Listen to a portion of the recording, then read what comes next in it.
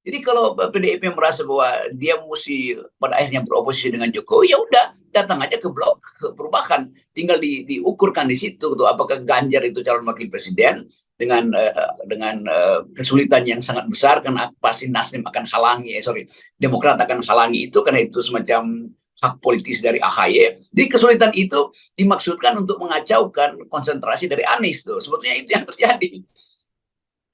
Dan sebenarnya kan kalau kita lihat kalkulasinya, apalagi dengan dengan apa, dengan syarat-syarat calon presiden seperti katakan oleh Anies, yang misalnya dia harus harus berani begitu itu ya, yang syarat nol itu ya, syarat capres nol, harus berani berhadapan dengan rezim gitu.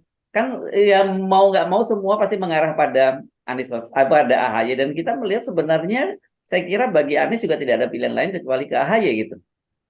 Kelihatannya itu kan nggak mungkin Anies ambil Ganjar, dan itu artinya Anies nggak mau perubahan karena Ganjar adalah bagian dari kepentingan Jokowi.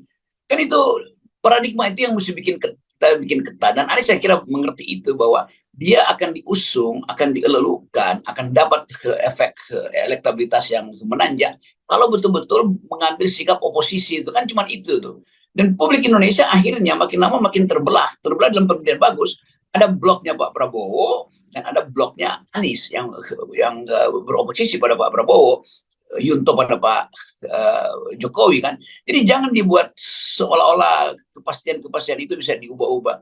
Kita tinggal tunggu satu hal yang jadi faktor sebetulnya soal Gibran itu. Gibran mau ditaruh di mana kalau diiakan sebagai calon wakil presiden kan. Jadi Pak Jokowi masih megang satu poin itu tuh. Nah, bisa jadi nanti begitu Gibran jadi calon wakil presiden, seluruh relasi yang dibuat antara Ganjar dan Anies berantakan lagi kan. Bisa Pak Jokowi bilang udah Ganjar itu biarin sendirian di PDIP, dan Anies itu saya pasangkan dengan Gibran misalnya tuh. Lalu bubar lagi itu koalisi yang dimaksudkan untuk menjadikan Anies sebagai tokoh oposisi, kan itu intinya kan.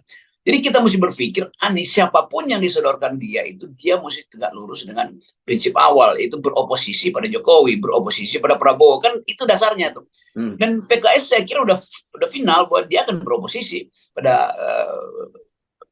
kelompok atau calon yang di endorse oleh Pak Prabowo. Demikian juga Demokrat, kan bagus juga tuh. Ya, ya. Sehingga kita sebut penyederhanaan partai mulai terjadi dari sekarang tuh. Ada partai yang memang hendak meneruskan establishment dari Pak Jokowi, ada partai yang hendak menggugat establishment itu tuh. Jadi biarkan aja posisi-posisi itu berlangsung dan PDIP tentukan sikap. Mau pro Jokowi ya silahkan pergi pada Pak Prabowo, mau anti Jokowi ya datang ke klubnya perubahan, klubnya Anies, kan gampang sebetulnya.